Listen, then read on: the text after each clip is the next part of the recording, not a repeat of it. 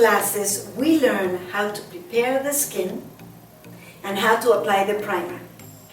Now we're going for the kill. No, just kidding. Now we're going for one of the hardest things in makeup, which is foundation. And I say hardest because in this time, the skin is king. You know, when it comes to makeup, you can do whatever you want to the eyes, you can do whatever you want to the lips, but the skin has to look radiant, fresh, glowy, healthy.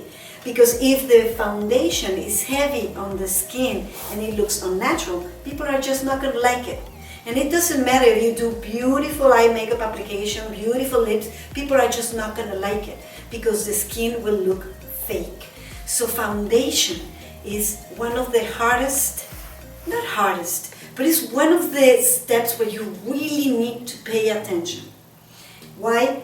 Because there's so much to know about foundation. First of all, I am glad we already discussed the different skin types. That was in video number 1. Go back to it. And so why? Because you will use a different foundation based on the skin type that you have. Of course, like makeup artists, there are tricks that we do. Like once again, I'm going to say, this palette that I love because it's practical. It's small, you know, it's not heavy. And with this, I can match any skin tone. And I can work with the coverage. But for regular people who don't know anything about makeup like we makeup artists do, then it's very confusing because they have cream foundations, liquid foundations, powder foundations. These ones which are also cream, but these ones are more like cream to powder because they are not oily on the skin. So there is a whole world of different types and textures of foundations. And on top of that, you have different colors, which some tend to be more on the pink and some tend to be more on the yellow. And on top of that, we have different shades of those colors. When I say pink and yellow, you know what I'm talking about. I'm not saying that the foundation is pink or the foundation is yellow. It just has an undertone. Because let me tell you something. In our skin, we have something called melanin. We all do. Melanin is what gives the color to our skin, our eyes, our hair, everything. Now, that melanin can be more on the pink side, which gives your skin a pinkish undertone, or that melanin could be more on the yellow, which will give your skin a yellow undertone, or it could be more neutral, not one or the other, right? So that's why when we go to look for foundations, we see such a variety, and it's confusing. Now, that could be confusing for regular people, not for makeup artists like us, and that's why I'm giving you so much information, right? The things that you need to keep an eye on when you choose your foundations is number 1, the color. Are they more with a pink undertone or with a yellow undertone? The second, as makeup artists, you want to have 3 shades of a particular color. Let's say warm would be yellow undertones, right? And cool would be pink undertones. So the warm ones. If you were to work with liquid foundations like this beauty that I have here, again from Aymera, this is a fantastic liquid foundation, which is HD, perfect for filming. What do you think I'm wearing right now? Ready for the film? This is HD, which means that the camera captures it in a different way and it makes you look glowy on film. I told you that this company was created and the products were designed by professional film artists. That's why we have such good film products. But anyway, this is not about talking about this foundation. I just felt like I share that with you because I love it. But anyway, like I was explaining, if it was a liquid foundation, you makeup artists, let's say that you like to work with liquid foundations, you would need to have 3 shades of this beauty. It would need to be a light, a medium, and a dark, so you can mix them and match the skin tone of the person, right?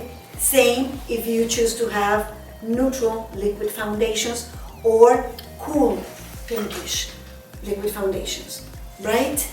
Now, when it comes to liquid foundations, you can have the liquid that is more sheer, HD, or you could also go for something with more coverage, like this other beauty from Aymera, which is a full coverage matte foundation. A little bit heavier on the finish. I don't want to say heavier, but more covering, and this one is more sheer. So as you can see, there are variations even in liquid foundations. Okay, so number 1 is the color, number 2 is the shade, number 3 is the texture. How does it feel? Is it a powder foundation, a liquid foundation, cream foundation? What is it that you're dealing with? That's the other thing that you need to keep an eye on. And another one is the effect it gives. Is it matte? Is it luminous? Is it sheer, high coverage? And that is so you can select the best products for your kit. Like I was explaining to you, one thing is that regular people go and find their favorite foundation and that's what they have at home. Makeup artists, we work on all skin types, on all skin shades. So you need to have something practical. Imagine if you were to have 20 of this in your kit, it would be too heavy. Reason why? Once again, I love this one. See how practical it is? You know? It gives me 10 different shades of, and also a combination of cool and warm undertones, so I can mix and match, so I can mix them and match any skin tone. Now, let's go and see how that is done. Once again, never ever take the product with the brush, because you will be transferring bacteria from the skin to the product, and this will become a bacteria's nest. So no. The way you do it is you take your, I forgot the name of this. Spatula? Thank you. See, that's why having models is so wonderful, because they help you. Thank you. You take your spatula and you take a little bit of the color that you think she is. And if you need to mix it, you take a little bit of that other color, right? So for now, by just putting it here, oh, I'm missing to tell you something extremely important, extremely important. In some parts of the world, in India, for example, they apply makeup from the chest up. So if the person wants to be a little bit lighter, they just choose whatever color, and that's the color they apply. Who cares about matching, right? It's more of a, oh, I want to be lighter or I want to be darker, because they are covering everything.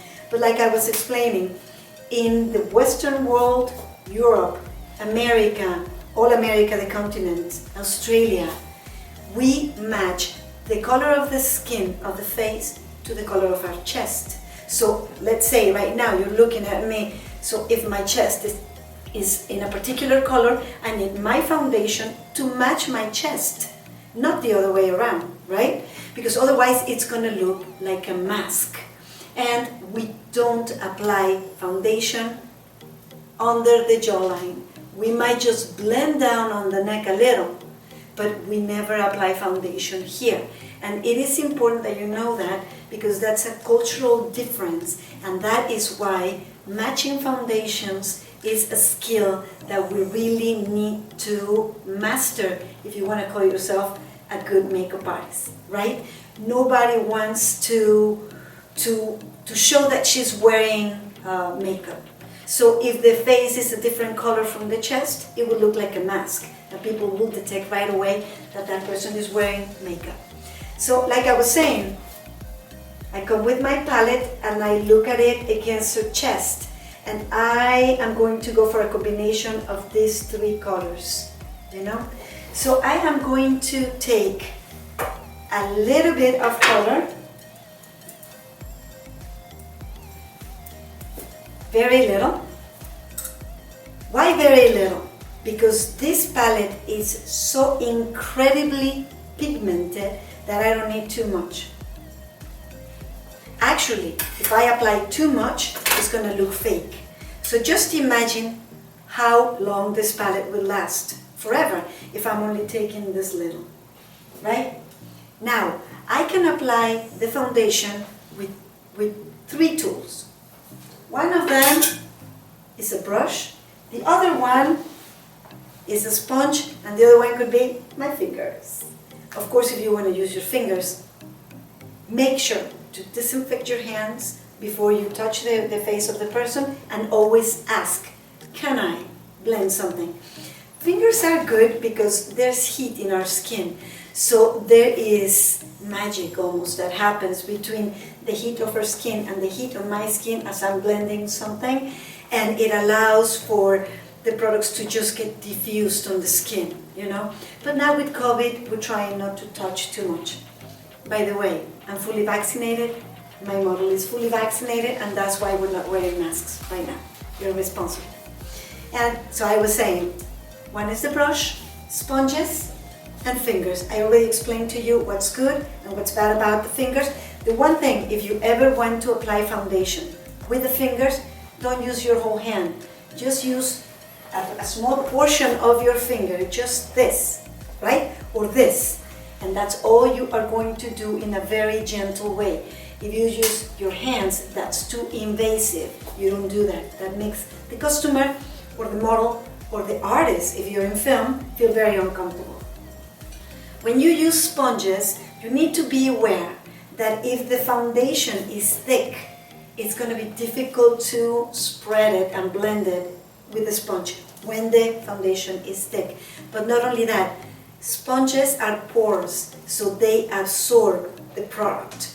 And half of the product that you prepared is going to stay inside the sponge, not so much on the face. So what you need to do in situations, not in situations, if you want to use a sponge, is just apply some mist to it or wet it, and then squeeze the water and just use it damp.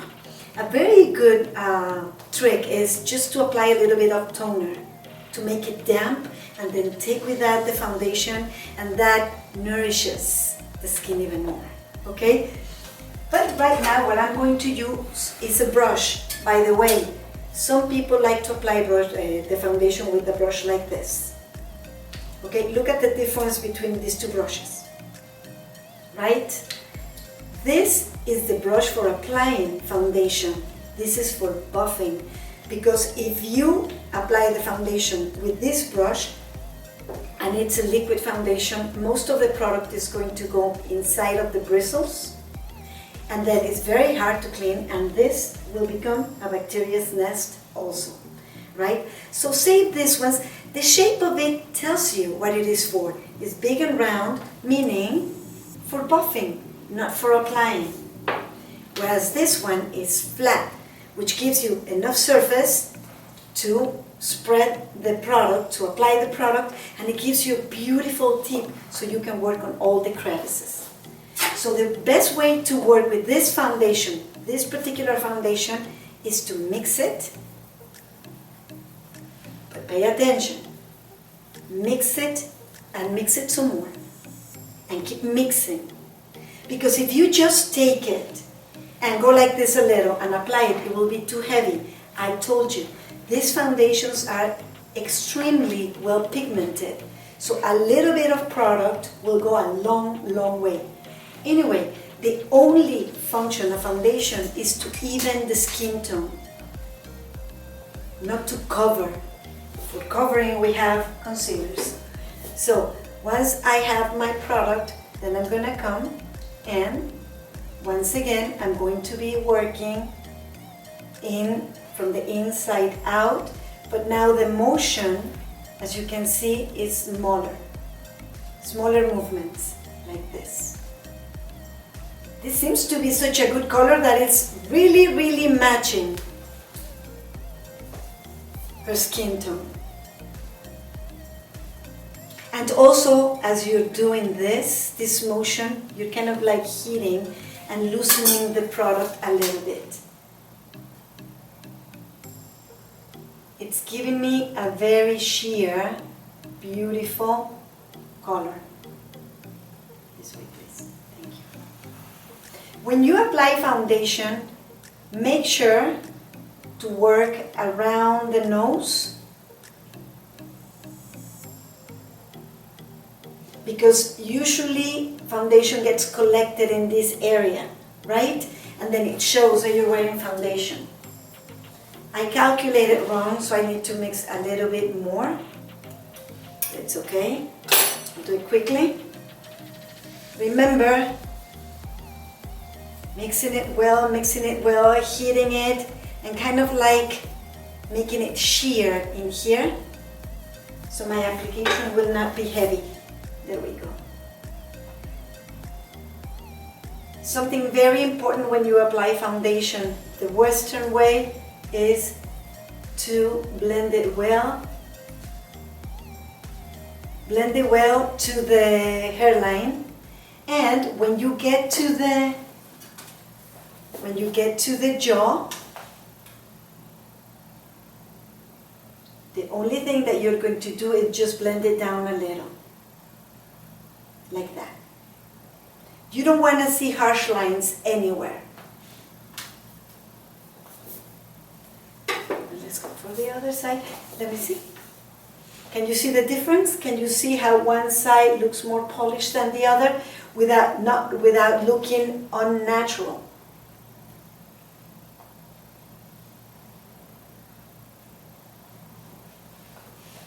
There you go. Foundation is the foundation of makeup. You know? It is what allows the skin to look polished. It is what allows the skin to look uniform and kind of like a porcelain. Of course, she has some under eye circles, but that is a different product that I'm going to be using. I will still apply a little bit of foundation on the under eye circles. Look up for a second, please. Because sometimes there's a lot you can achieve with foundation alone, without having to put so many products. But hers are deep, so we are going to have to color correct them and conceal them in a moment. Close your eye, please. I always apply a little bit of foundation on the lids. Like I said, work on the nose, and always blend down on the jawline. If the ears are red, or if the ears are a different color, you do need to apply a little bit of foundation to the ears. Only so they don't stand out.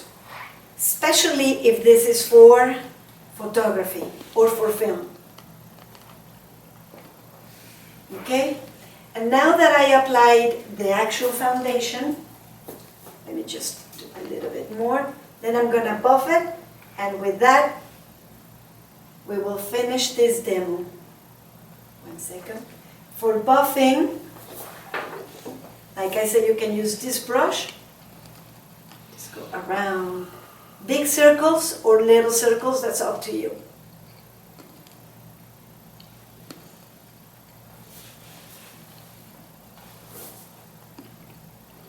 The important thing when you apply foundation is that the skin looks like skin, not like skin covered by something else. That's why it's important that it matches the chest, you know? It matches the chest and it looks radiant, not like a mask or like if it has something on top. So once I finish polishing, then I can say that I already finished. But I still need to work on the under eye circles and stuff. This is just a step for foundation.